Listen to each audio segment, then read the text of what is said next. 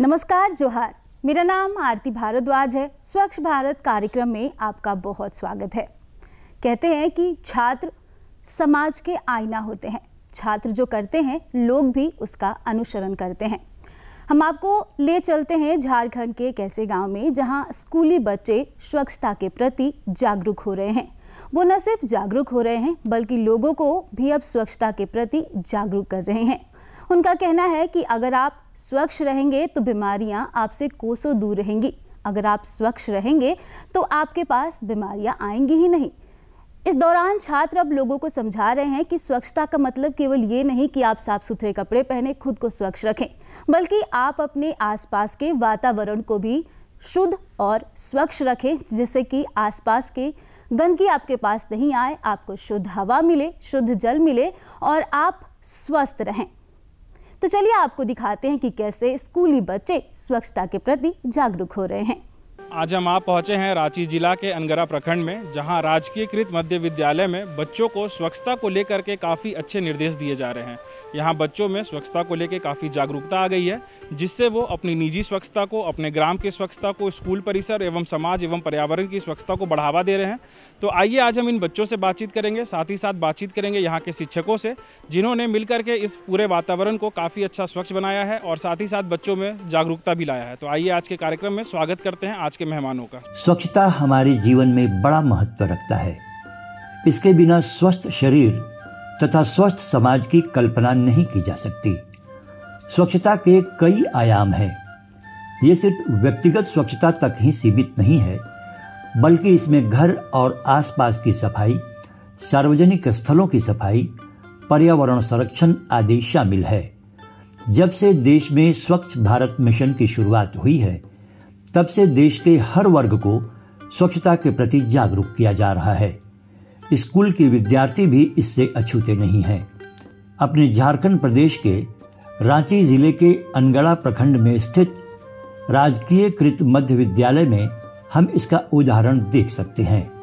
यहाँ के शिक्षक यहाँ के विद्यार्थियों को स्वच्छता के हर पहलू से रूबरू कराते हैं और उन्हें स्वच्छता का महत्व समझाते हैं।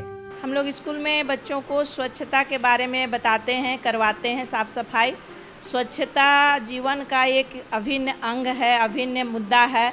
अगर हम स्वच्छ रहेंगे तभी हमारा शरीर स्वस्थ रहेगा। स्वच्छता शरीर से बिल्कुल जुड़ा हुआ है।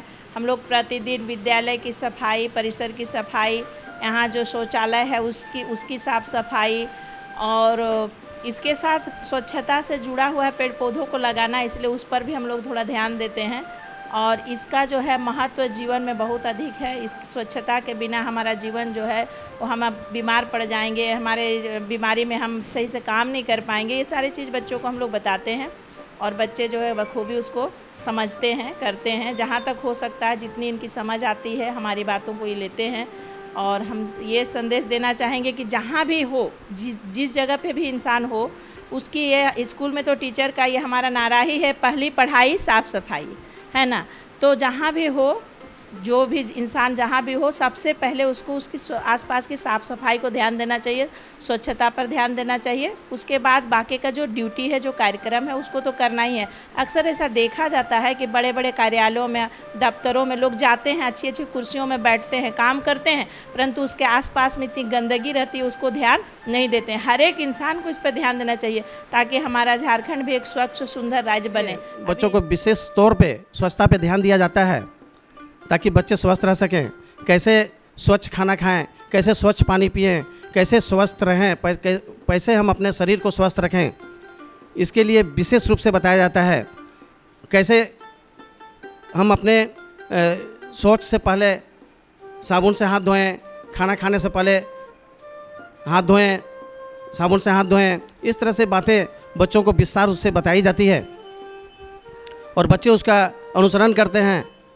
खासकर अभी बरसात का मौसम है और बीमारी बहुत ज़्यादा बढ़ जाती है, चूँकि हमारा जो गांव का स्कूल है और गांवों में अधिकतर गड्ढे पाए जाते हैं, जिसके कारण पानी जो है जमाव रहता है वहाँ, और अगल बगल में बहुत सारे ऐसे वेस्टेड चीज़ें हैं जिसमें पानी वहाँ जमा हो जाता है, वर्षा का पानी, जिसके कारण से मच्छर पैदा हो जाते हैं, जिसके कारण ये होता है कि मलेरिया फैल जाता है।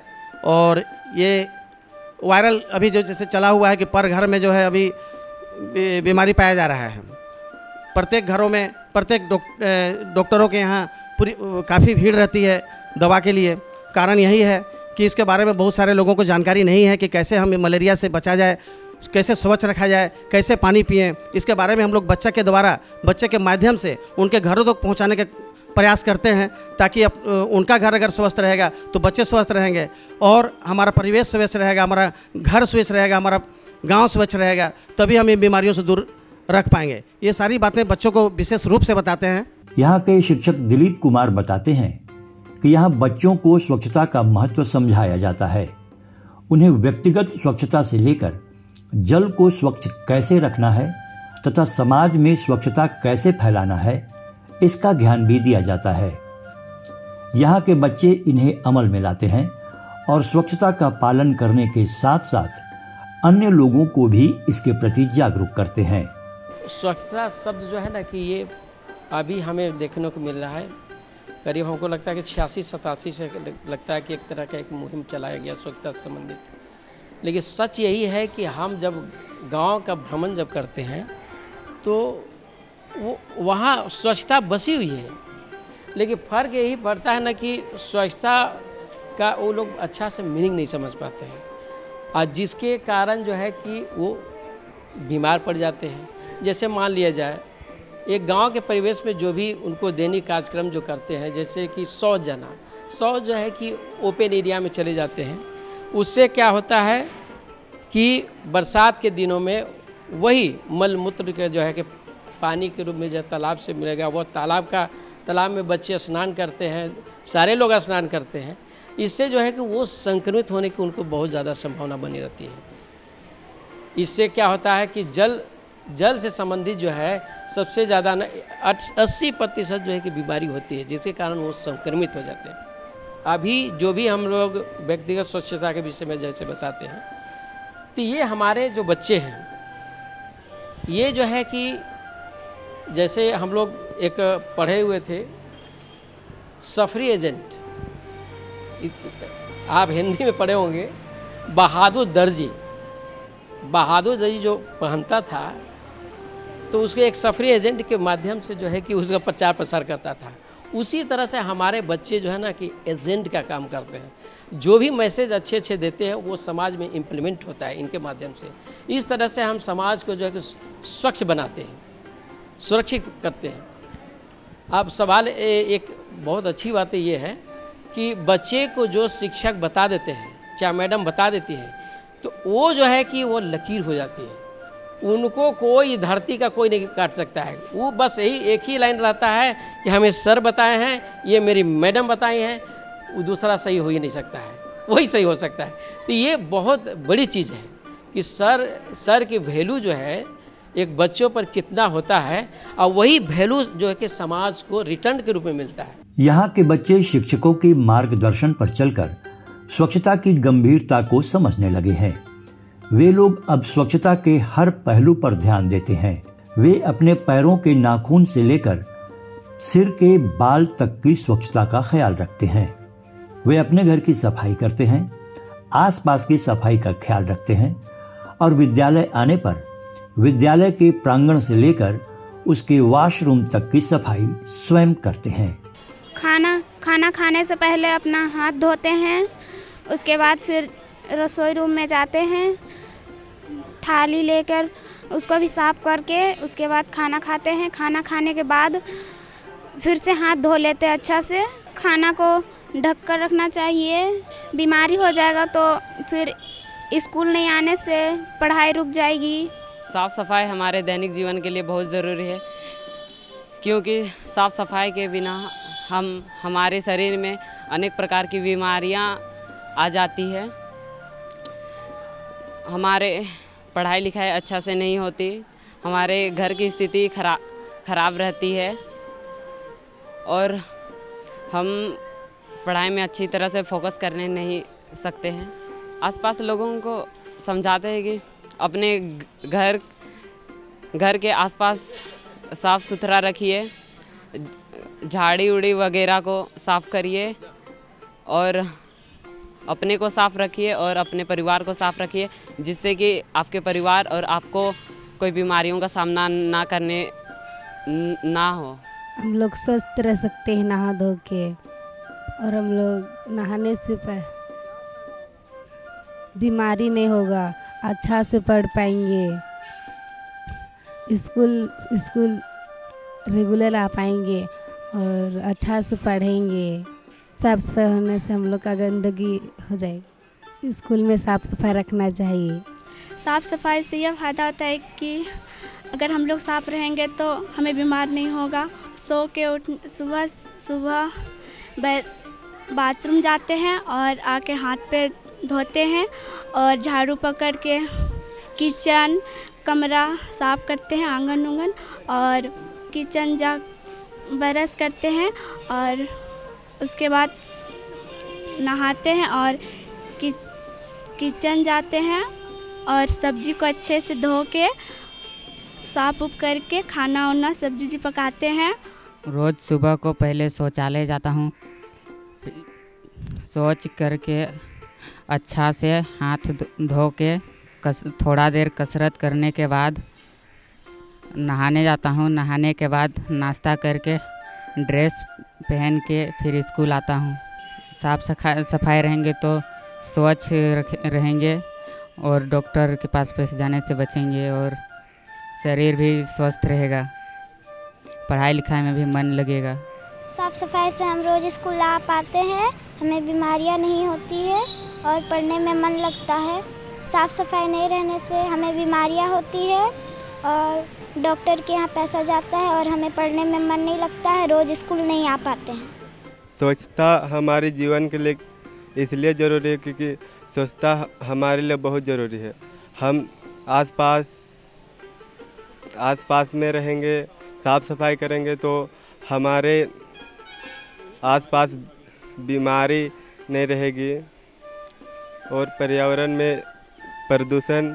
स्वच्छता को बनाए रखने के लिए हमें पेड़ पौधे, घर के आसपास झाड़ी उड़ी और जितने भी गंदगी है उसे साफ सफाई रखनी चाहिए। साफ़ सफाई नहीं रहने से हम बीमार होंगे और जिससे हम डॉक्टर के पास जाएंगे तो हमारे पैसे बर्बाद होंगे। सुबह उठकर हम शौचालय जाते हैं और शौचालय से आकर अच्छे से हाथ धोते हैं। उसके बाद हम बाहर निकलकर झाड़ू उठाकर साफ़ सफाई करते हैं। जहाँ भी गंदगी दिखती है वहाँ पर हम साफ़ सफाई करते हैं। उसके बाद हम नहाने चले जाते हैं और नहा के आके पौष्टिक भोजन करते हैं। उसे हम बताएंगे कि सुबह को नहाने से हमारे शरीर के सभी गंदगी साफ़ होती है। हमें रोज़ ड्रेस और कपड़े को धोना चाहिए। साफ़ सफाई के लिए स्कूल आने के बाद झाड़ू लगाते हैं और जहाँ गंदा होता है वहाँ पे कचरा होता है वहाँ पे उठा के डस्टबिन में डालते हैं। सुबह उठ के वॉशरूम जाके हाथ आते हैं, फिर हाथ धोआते हैं। उसके बाद झाड़ू लगाते हैं। उसके बाद नहाते हैं। नहाने के बाद फिर ड्रेस साफ सुथरा पहन के स्कूल आते हैं। हम छोटी बहन को समझाएंगे कि सुबह उठ के वॉशरूम जाने के बाद हाथ धोना चाहिए। उसके बाद नहा धोआ के साथ सब ड्रेस साफ़ सुथरा पहनना चाहिए और जूता भी साफ़ रहना चाहिए। रसोई घर को साफ़ सुथरा रखना चाहिए।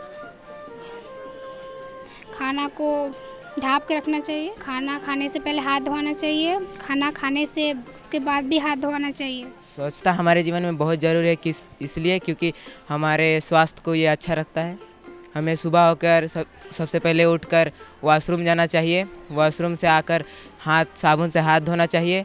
उसके बाद झाड़ू लेकर जहाँ जहाँ गंदगी दिख रही है उसे साफ़ करना चाहिए। स्कूल में सबसे पहले ग्राउंड को साफ़ करेंगे, क्लासरूम साफ़ करेंगे, फिर वॉशरूम को भी साफ़ करके रखना पड़ता है। आसपास के लोग को हमें यह समझाना चाहिए कि जहाँ भी कचरा दिखे उसे डस्टबिन में डालना चाहिए। फिर रोज़ नहाना चाहिए और नाखून काटना चाहिए। अपने ड्रेस को साफ रखना चाहिए। स्कूल के बच्चों का स्वच्छता के प्रति जागरूकता उज्जवल भविष्य को दर्शाता है। स्कूल के बच्चे जब स्वच्छता के प्रति जागरूक होते हैं तो वे खुद तो अपनी स्वच्छता का ख्याल रखते ही हैं, साथ ही साथ वे समाज में स्वच्छता का संदेश भी फैलाते हैं। यदि स्वच्छता हर स्कूल के बच्चों की जीवन शैली का हिस्सा बन जाए तो ये समाज बहुत जल्द एक स्वच्छ और स्वस्थ समाज बन जाएगा। तो इसी तरीके से बातों का सिलसिला जारी रखते हैं और बात करते हैं कि किस तरीके से बच्चियां अब महामारी के दौरान स्वच्छता का ख्याल रख रही हैं।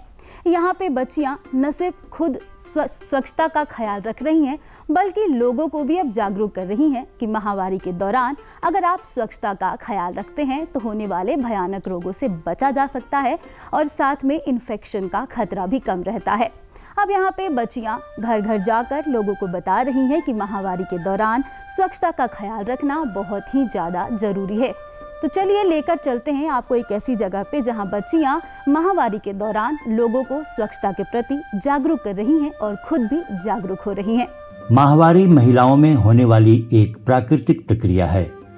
हमारे समाज में लंबे समय से इसे वर्जित विषय माना गया है, जिसकी वजह से महिलाओं को ऐसे समय में काफ़ी परेशानियां उठानी पड़ती है।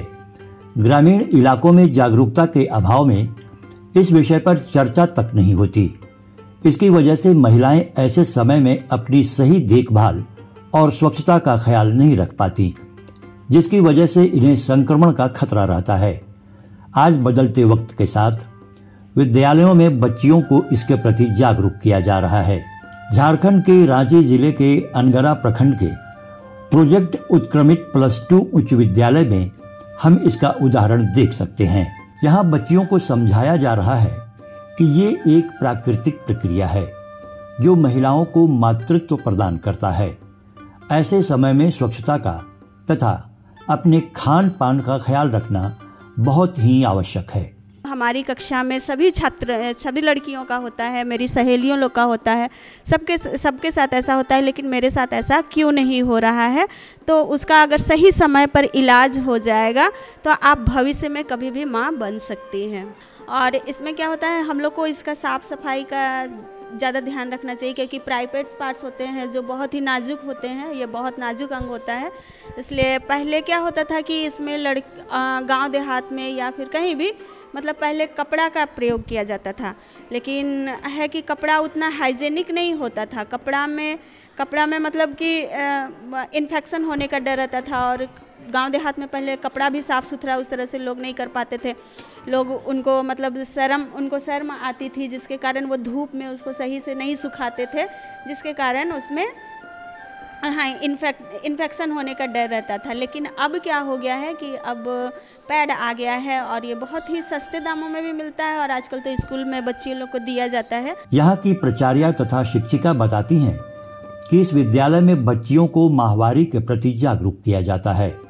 स्कूल में माहवारी होने पर उन्हें कॉमन रूम में ले जाया जाता है, उन्हें पैड और दवाइयाँ दी जाती है। इसके बावजूद यदि बच्चियों की समस्या अधिक बढ़ती है तो उनके अभिभावकों को बुलाकर डॉक्टर से दिखाने की सलाह दी जाती है। हमारे यहाँ माहवारी के दौरान बच्चियाँ जब बीमार हो जाती हैं या अचानक उन्हें कोई तकलीफ़ होती है तो हमारे विद्यालय में कॉमन रूम की व्यवस्था है, और हमारी एक स्पेशल टीचर हैं जो उसकी देखभाल करती है, उसे सिक रूम तक ले जाती है।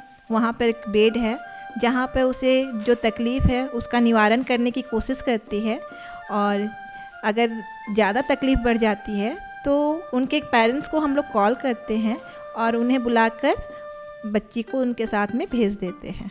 हमारे विद्यालय में सैनिटरी पैड मशीन लगा हुआ है। बच्चियाँ उसमें 5 रुपया देकर उस मशीन में डालती हैं तो पैड वहाँ पर वापस आ जाती है, जिसका वो लोग यूज़ करती है। और यूज़ वाले के लिए एक डिस्ट्रॉय मशीन लगा हुआ है जहाँ पे बच्चियाँ यूज़ वाले को डिस्ट्रॉय कर देती हैं। तो कोई भी बच्चे अगर हमारे विद्यालय में आते हैं और आने के बाद अगर यहाँ पीरियड्स उनका होता है तो उनके लिए हमारे विद्यालय में सारी सुविधाएं हैं। उनको एक कॉमन रूम दिया जाता है, कॉमन रूम में ले जा कर के उनसे फिर उनके प्रॉब्लम के बारे में पूछा जाता है। अगर उनका प्रॉब्लम ज़्यादा बढ़ा हुआ रहता है तो उनके पेरेंट्स को बुला करके हम लोग घर भी भेज देते हैं। और हमारे यहाँ सुविधा है कि हम बच्चों को पहले उनसे पूछते हैं, अगर उनका हल्का फुल्का अगर पेट उट दर्द रहता है तो उनको हम लोग पेन किलर देते हैं। पैड का हमारे विद्यालय में पैड की सुविधा है, पैड मशीन भी लगे हुए हैं, तो हम लोग पैड उनको उपलब्ध कराते हैं बच्चों को। और गर्म पानी की भी सुविधा है, तो हम उन्हें गर्म पानी करके भी हम उनको पानी देते हैं। और फिर दवा भी हम लोग रखते ही हैं बच्चों के लिए, तो वो दवा भी उपलब्ध करा देते हैं। और इसके बाद अगर बच्चे का बहुत ज़्यादा प्रॉब्लम होता है, बहुत बच्चे का कमर पेट में बहुत ज़्यादा प्रॉब्लम होता है, तो फिर उनके पेरेंट्स को बुलाते हैं और बुला करके उनको भेज देते हैं। अगर बच्चे जाने लायक रहते हैं, कुछ बच्चे नज़दीक के होते हैं, तो उनको हम लोग ऐसे भी भेज देते हैं, एक बच्चे के साथ भेज देते हैं। और कभी कभी दूर के रहते हैं तो उनके पेरेंट्स आ करके फिर उनको ले करके जाते हैं। यहाँ की बच्चियाँ बताती हैं कि इस विद्यालय में उन्हें माहवारी के दौरान स्वच्छता बरतने की विशेष सलाह दी जाती है। उन्हें कपड़े की जगह सैनिटरी पैड के इस्तेमाल के लिए प्रेरित किया जाता है। उन्हें ये भी बताया जाता है कि इस समय किस तरह का खान पान अपनाना चाहिए। इतना ही नहीं, उन्हें सामाजिक भ्रांतियों से निकलने के लिए भी जागरूक किया जाता है। यहाँ की बच्चियाँ इस दौरान स्वच्छता अपनाकर स्वस्थ जीवन व्यतीत करती हैं और स्वयं को दिन भर ऊर्जावान रखती हैं। लड़कियों को पर मंथ आने वाला एक साइकिल है, यह किसी को 28 दिन के अंदर आता है, किसी को 32 दिन के अंदर आता है। ये हफ्ते में 5 दिन से 7 दिन चलता है। 7 दिन से अगर ज़्यादा किसी को हो रहा है तो वो अच्छा नहीं है, और अगर 3 दिन से कम हो रहा है तो वो भी अच्छा नहीं है।